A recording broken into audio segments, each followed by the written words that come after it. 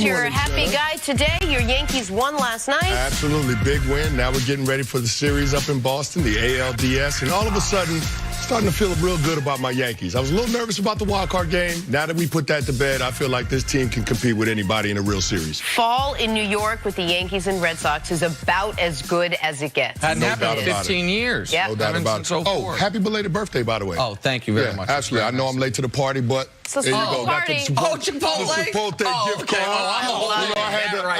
That is Appreciate nice. you, brother. Don't ever say I never gave you anything. Absolutely. I love it. You, awesome. Yeah. Don't say we ain't never gave you nothing. Hey, get out of here with that mess. Leave my dude alone. Let's talk some football. Chris Canty, the young quarterback to impress you the most this season with all the big-name rookies in play is not, in fact, a rookie. I'm going to go ahead and put words in your mouth and say that the guy you're most impressed with has to be Patrick Mahomes. He's thrown 14 touchdowns with 0 picks over the last 25 seasons. Only one other quarterback has done that.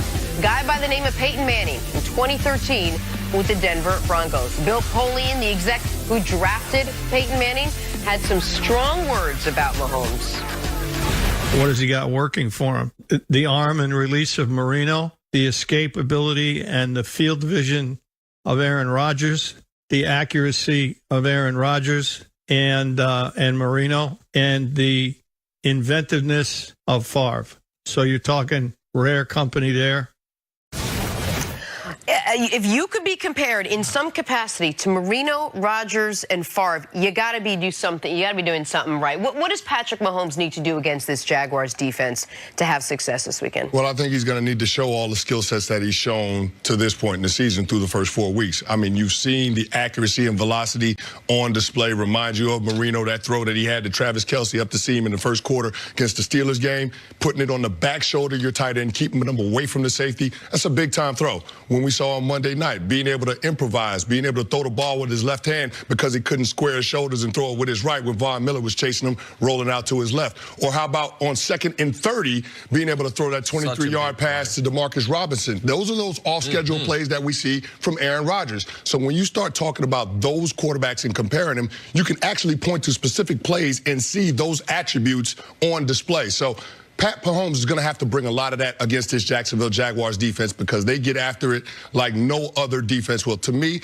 personnel-wise, the best defense in the National Football League. They're the #1 scoring defense in the National Football League. So this is going to be the first big test for that Kansas City Chiefs offense. And he set the record for the last decade on passing yards outside of the pocket in that Monday Night Football game. That would worry me if that were the path to victory for the Chiefs this weekend. Because the Jags, I think, are better equipped because of that personnel than any other team in the league to keep him in the pocket, and they are just as well equipped as any team in the league to do damage to his body if he leaves the pocket and tries to do what he has been so successful at. Now, I'm not saying he would eliminate that from his game entirely, but this is a game where, A, Kareem Hunt is going to have to be the 2 to the 1-2 punch, and B, on Mahomes' side, he's going to have to dial it up from the pocket. Now, he's been great inside the pocket. Just so many of his highlights have been on the escapability plays, on the plays running around. I'm going to address not necessarily against the Jags defense, but what Bill Polian, what he was talking about. Because Dan Marino's my guy, man. Dan Marino was in college, recruited me to go to Pitt. Man, I wanted to go to Pitt. It was after Dan. Dan was going to be gone. John and I ended up being good friends. So I've been knowing Dan for so many years. And people just forget. People think about Dan Marino. They talk about he's got a strong arm. But Dan was so accurate. Dan was one of the first guys that would hit you in stride. Dan Fouts before him, then Dan Marino. Yards after the catch became very big. Then Dan had knee injuries and Achilles injury. So Dan, he lost his mobility.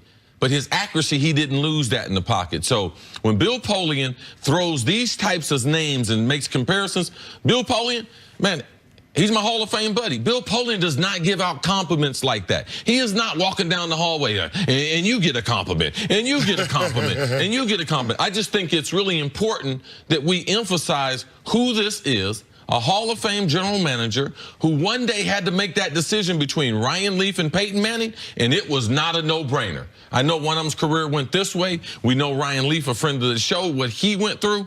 But in that, he did make the critical decision, and he did choose the right guy. He's in the Hall for picking talent. So when someone starts to say things like that, either I look to try to tear it apart or I try to look to gain some credibility when what he said. That's what we're looking at with Dan Marino when he partnered with one of the greats in Don Shula. And that's what we believe that he's getting there with Andy Reid. I know Andy Reid, people talk about his game management. People talk about his lack of overall playoff success. But look what he's done when he's gotten the quarterback. And look at the type of offenses that he's run with even mediocre or less than talented quarterbacks. So for me, I think that it's really important to highlight Bill Polian as a Hall of Fame talent picker. This is what he says about Patty Mahomes. Well, the one thing that Polian really was focused on were his attributes for Patrick Mahomes: accuracy, velocity, improvisation, that ability to do all those things. What doesn't he do well besides sustainability? Besides, can he do this over a period of time? Besides, can he help his team win when they are down and all of it? What else does he have to do? Well, I think he's going to have to see a lot more football. I mean, it's impossible for Pat Mahomes to have all the answers because he's only got 5 regular season starts.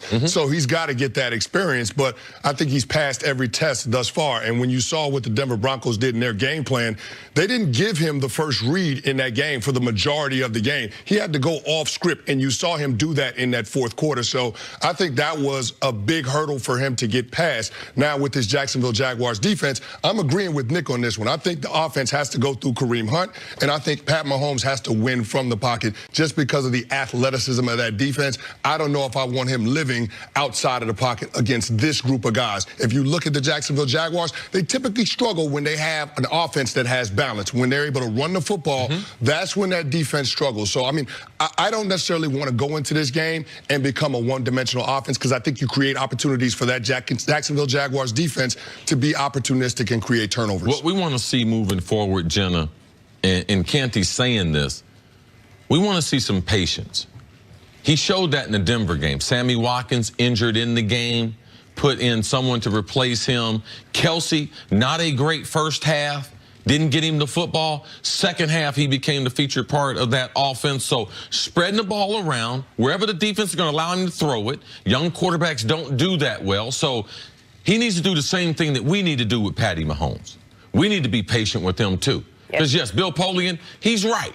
But let's be patient. I remember Marino in his first year, Rodgers in his first year. Like, let's be patient and allow him the same thing he's got to do when going against one of the best defenses. Be patient. Let the game come to him. We know he's put up tremendous numbers, but just let the flow of the game come to him. And I think that we're going to see him grow. And he's a special football player. And the reason why Pat Mahomes right now is a great story, but not always a great topic, long form for shows like this, is the only criticism that exists right now is hasn't done it long enough, and he hasn't had the opportunity to. Yeah.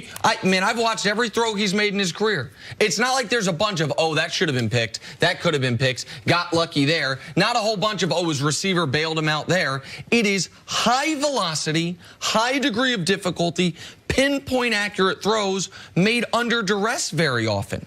And he's doing it against Monday night on the road, national television, Von Miller and Bradley Chubb there. He did it in the game against the Steelers where he had to match him score for score. Like, everything he's been asked to do, he's done with flying colors. And I remember a lot like Bill Polian, and I have to go back to a guy, and it's Randy Moss. Because I remember, because Denny Green said, Chris, who is he? I said, man, he's a combination. He's Jerry Rice when he catch the ball. He's James Lofton with the deep speed. He's also Lynn Swann.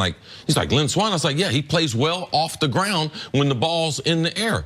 And Denny believed me, but other people, they thought I was just saying stuff just to be saying stuff. But that's who Randy Moss was. He was a combination of some of the greatest receivers that we ever, and at this point in his career, I still had to tell people he's going to get better. Patty Mahomes is going to get better. So I like the fact Bill Polian pointed out those great players that we've seen even modern day. And this is just the beginning. And that's, by the way, real quick on that, that is an important point because everyone says defenses are going to catch up. They're going to get more film. That's all true. but it's not as if he's not going to continue to improve. He as well is so going while to the improve. defense continues to get film and He's gonna information see more on him, defenses he's and- going to Exactly. improve as well, even if the numbers, I mean, I don't think he's going to have 56 touchdowns and 0 picks, which is what he's on pace for, but who he's knows? a quarter of the way there. Yeah, only weakness, Jen, is his voice. I'm going to set up something.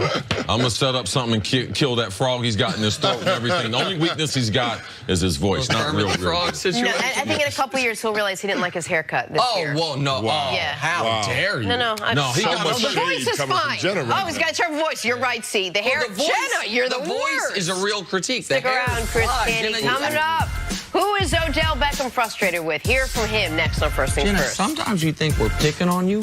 It's just sometimes you got bad.